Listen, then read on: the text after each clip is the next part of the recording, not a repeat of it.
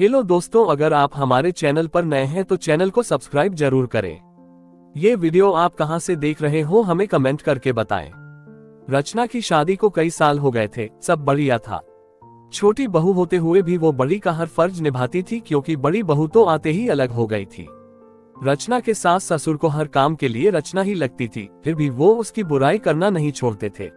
और सबसे बड़ी बात, बुराई भी अक्सर उसके ही परिवार वालों से करते थे, जो रचना को बचपन से जानते थे, या फिर रचना की सहेलियों से या खुद के मायकों वालों से।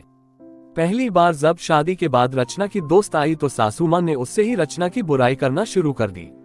जब रचना को पता लगा तो उसने अपने पति नीलेश से कह मां जी को समझवा दिया था कि कम से कम जो लोग उसे जानते हैं उनसे तो उसकी बुराई कर खुद की जग हंसाई ना करवाए।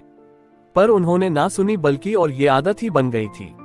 आजकल तो अक्सर ये कहती कि रचना तुम पहले ये काम अच्छा करती थी, अब नहीं करती हो, फिर भले ही वो कोई भी काम हो।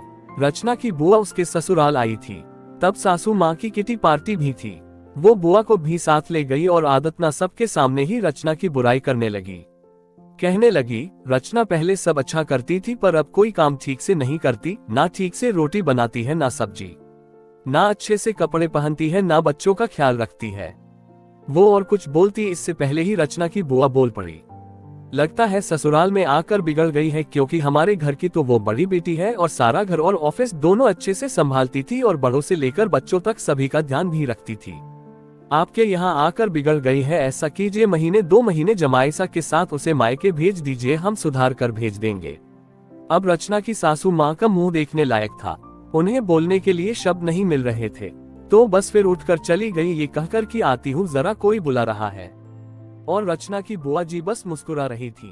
आपको ये कहानी कैसी लगी हमें कमेंट करके बताएं।